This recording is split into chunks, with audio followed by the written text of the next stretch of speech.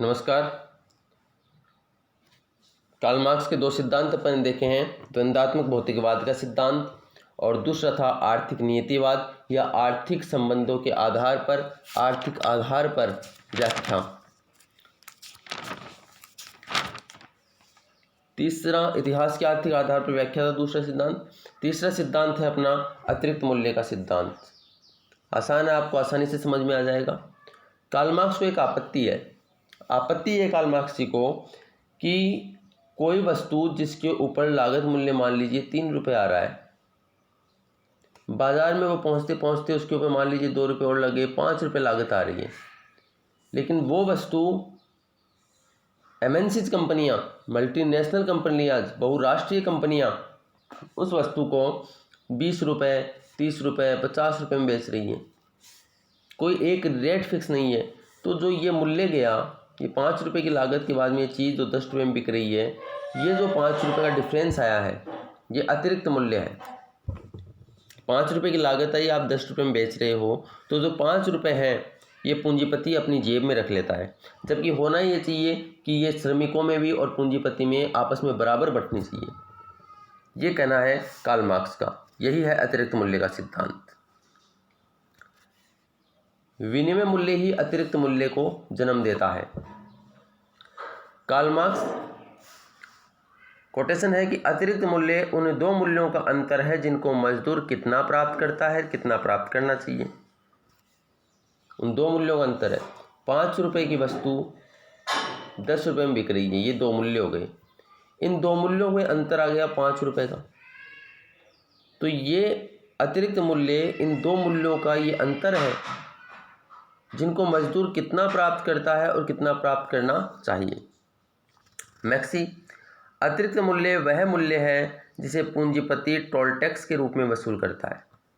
Angels कहता है मजदूर की वह गाड़ी कमाई जिसे पूंजीपति हड़प लेता है।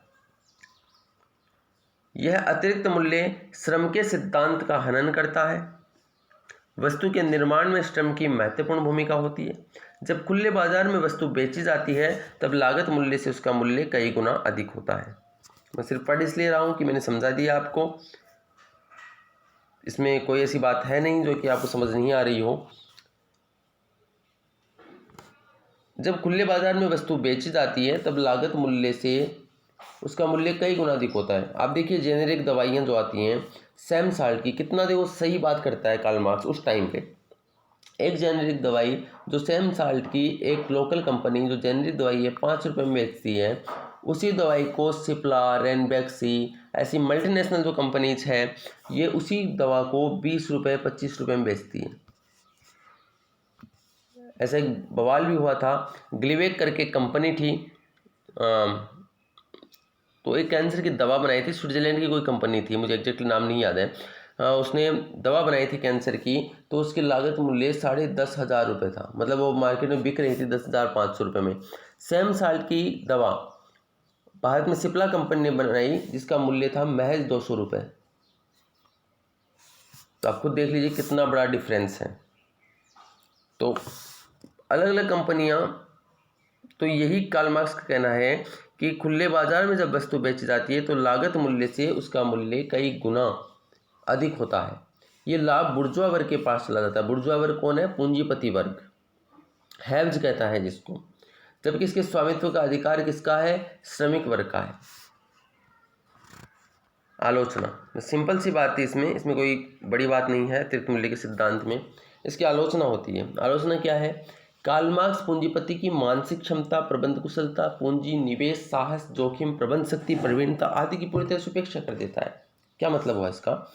कि पूंजीपति जिसने रिस्क ली है, उसने अपना बिजनेस शुरू करने के लिए पैसा उधार लिया होगा। बिजनेस जो करता है उसको रात को नींद भी नहीं आती है, तो उसकी मानसिक क्षमता, प्रबंध कुशलता, पूंजी निवेश और साहस, जो जोखिम उसने लिया है, कल को कंपनी डूब जाती है तो उसको बड़ा लॉस हो सकता है। तो इन चीज़ों को कार्ल मार्क्स ध्यान ही नहीं देता है। कार्ल मार्क्स ने दो वर्ग, मजदूर और पूंजीपति को स्वीकार किया है। मध्यम वर्ग की विकास में महत्वपूर्ण भूमिका होती है, उसको स्वीकार ही नहीं किया। विकास के नए आयाम जैसे औद्योगिक विकास का विरोध करता है। जबकि आलोचना में अपन लिखेंगे कि औद्योगिक विकास ने वैसे लोगों के जीवन स्तर को सुधारा है। 91 में अपन ने LPG पॉलिसी अपनाई थी, खुले बाजार की नीति अपनाई थी, और उसके बाद से ग्रोथ ही हुई है, विकास ही हुआ है। अतिरिक्त मूल्य के सिद्धांत में वस्तु के मेंटेनेंस पर भी खर्चा होता है। पूंजीपति मजदूरों के लिए शिक्षा, बीमा, पेंशन, आवास, बोनस आदि की भी व्यवस्था करता है। क्रोहंट के संबंध में कोटेशन है, कार्ल मार्क्स का संपूर्ण दर्शन व्यवस्था को ऐसे चित्रित करता है जैसे श्रमिक का केवल शोषण ही हो रहा है, लेकिन वास्तव में ऐसा है नहीं। पूंजीपति या जो कंपनियां होती हैं वो और भी फैसिलिटीज श्रमिकों को देती हैं। ये 3 सिद्धांत हो गए कार्ल मार्क्स के। कौन कौन से 3 सिद्धांत देखे अपने? पहला सिद्धांत था द्वंद्वात्मक भौतिकवाद का सिद्धांत, जिसमें वाद, संवाद, प्रतिवाद के माध्यम से चीज़ों को समझाता है। दूसरा था इतिहास के आधार पर आर्थिक व्याख्या देता है और भविष्य में कैसी व्यवस्था होगी उसकी कल्पना करता है, आर्थिक नियतिवाद भी कहा जाता है। तीसरा अपन देखा है अतिरिक्त मूल्य का सिद्धांत, और चौथा सिद्धांत आ गया कार्ल मार्क्स का वर्ग संघर्ष। वर्ग संघर्ष, वर्ग संघर्ष में क्या है देखिए, यानी वर्ग में हमेशा संघर्ष होता रहता है। जो अपन ने पढ़ा था इतिहास की आर्थिक आधार पर व्याख्या, लगभग वैसी ही है, उसी से मिलती जुलती है। देख लेते हैं इसमें क्या है। इसमें कार्ल मार्क्स प्रतिपादित करता है कि सदैव वर्ग संघर्ष शोषित वर्ग के द्वारा प्रारंभ किया जाता है। हमेशा शोषित वर्ग ही प्रारंभ करेगा, यानी दास अवस्था में मालिक प्रारंभ करेगा।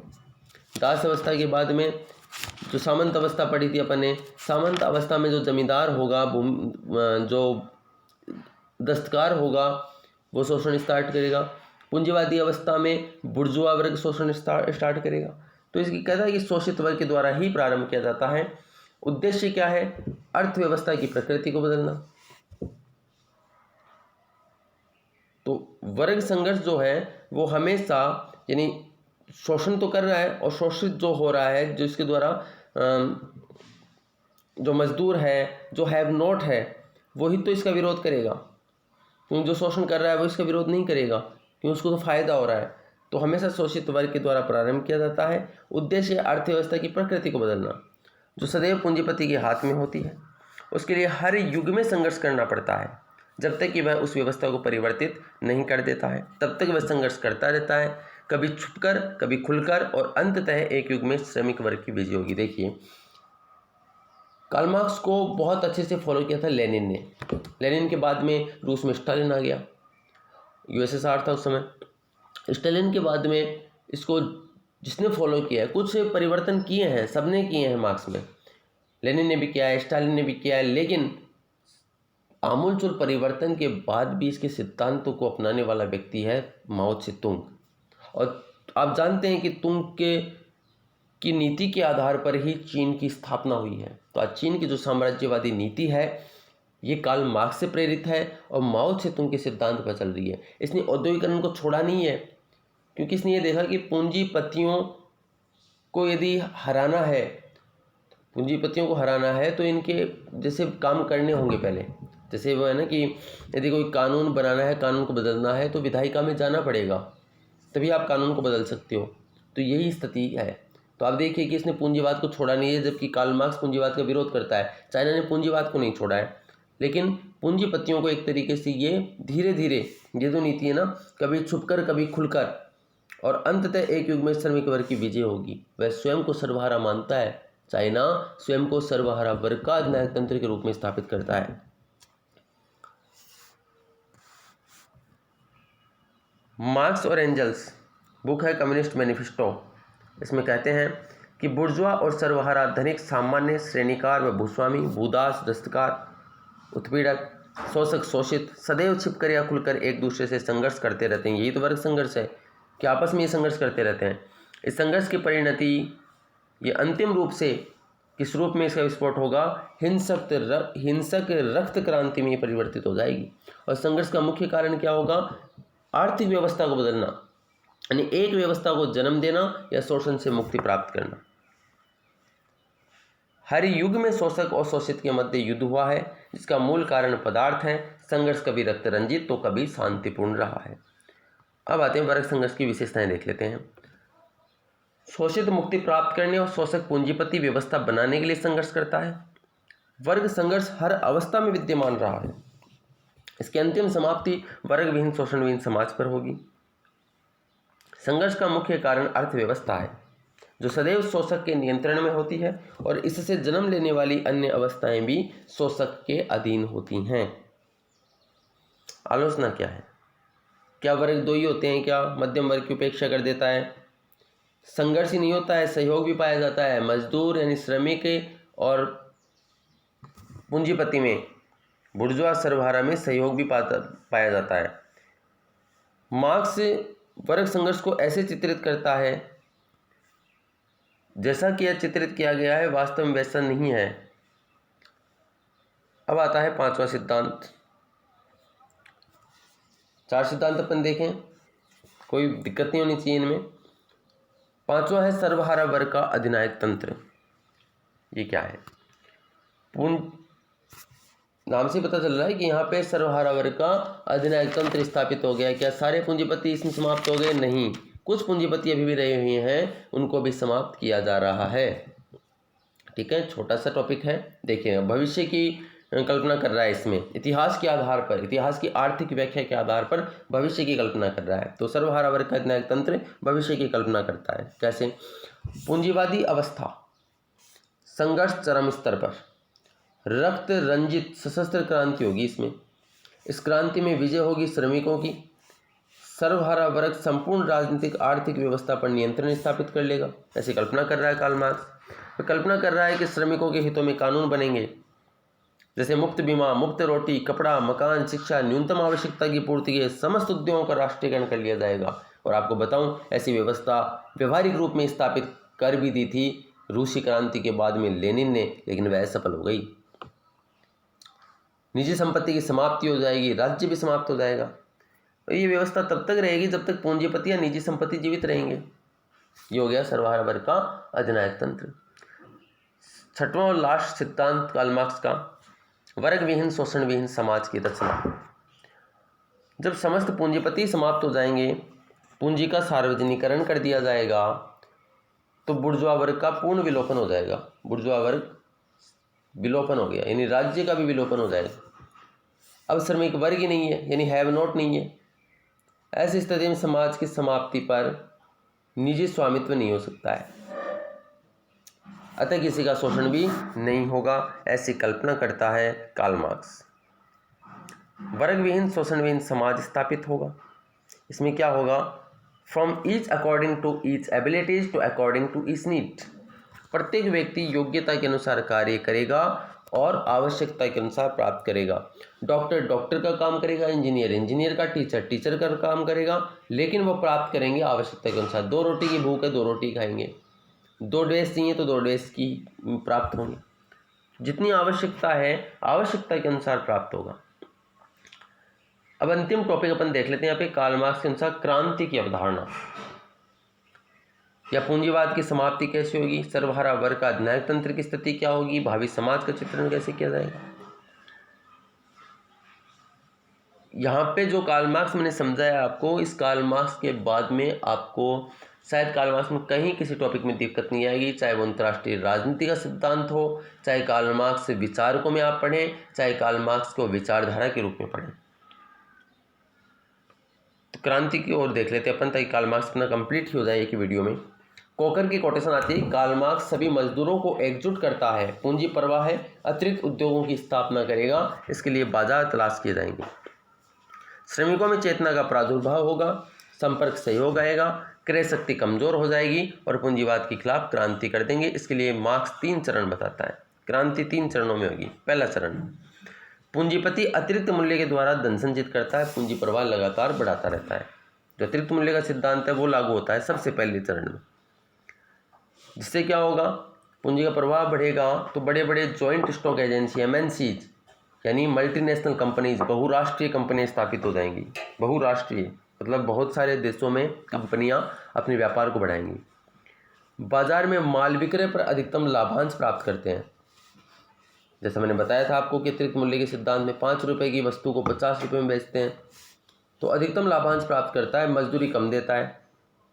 कोई मजदूर 5,000 रुपये ले रहा है, अगर कोई 4900 रुपये में मिल जाएगा, 4999 में मिल जाएगा तो उसको रख लेंगे। तो मजदूरी कम देता है। प्राय मजदूरों को नियमित काम नहीं देता है। पर्याप्त पैसे के अभाव में मजदूरों की स्थिति दयनीय हो गई, गरीब हो गई, दरिद्र हो गई, बेकार हो गई। तकनीक के विकास के कारण अब तकनीक आ गई, टेक्नोलॉजी आ जाएगी, नई मशीनें आएगी तो मजदूरों की छटनी हो जाएगी।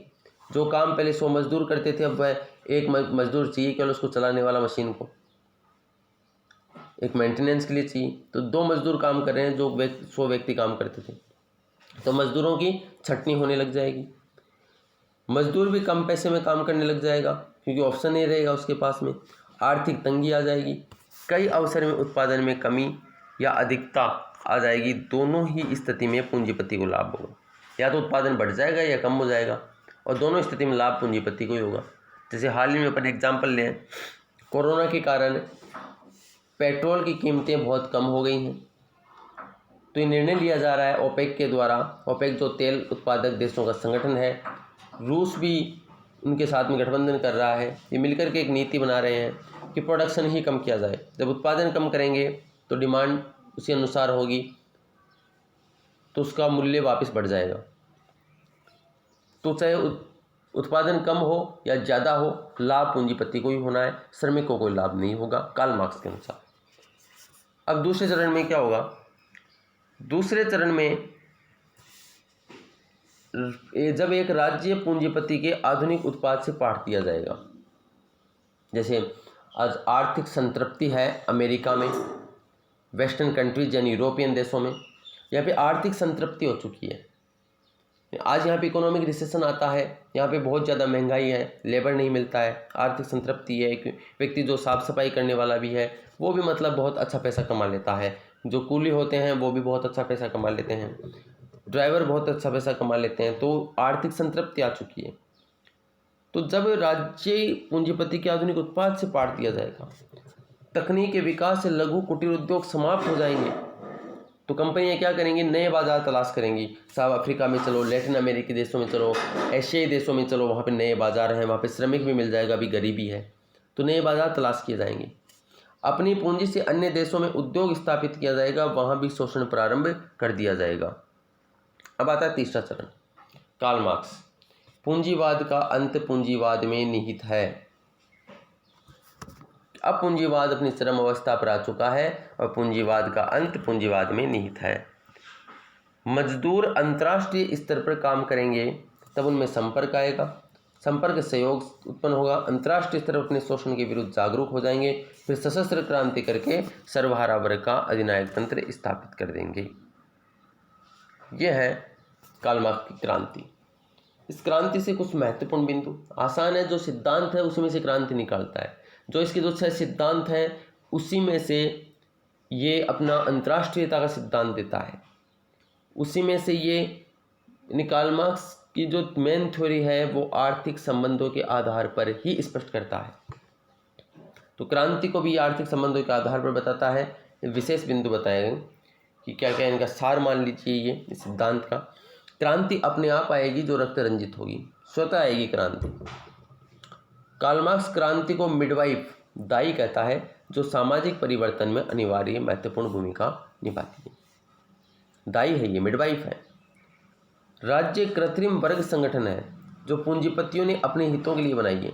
जब राज्य के बारे में बात आएगी, राज्य क्या है कार्ल मार्क्स के अनुसार, तो राज्य कुछ नहीं है, पूंजीपतियों का अस्त्र ही है जिससे ये अपने हितों को साध लेते हैं। राज्य शोषण का अंग है, एक वर्ग दूसरे वर्ग का शोषण करता है। ये कार्ल मार्क्स अपना कंप्लीट।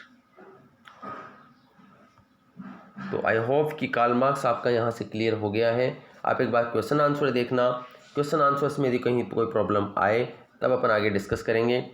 बाकी मुझे नहीं लगता है, क्योंकि मैंने जो भी मेरे पास में जो भी क्वेश्चन पेपर्स जो सेट हैं वो मैं इस नोट्स से क्लियर कर पा रहा हूँ मार्क्स से संबंधित। फिर भी यदि कोई प्रॉब्लम आए तो आप बता दीजिएगा, अपन इसको क्लियर कर लेंगे। थैंक्स।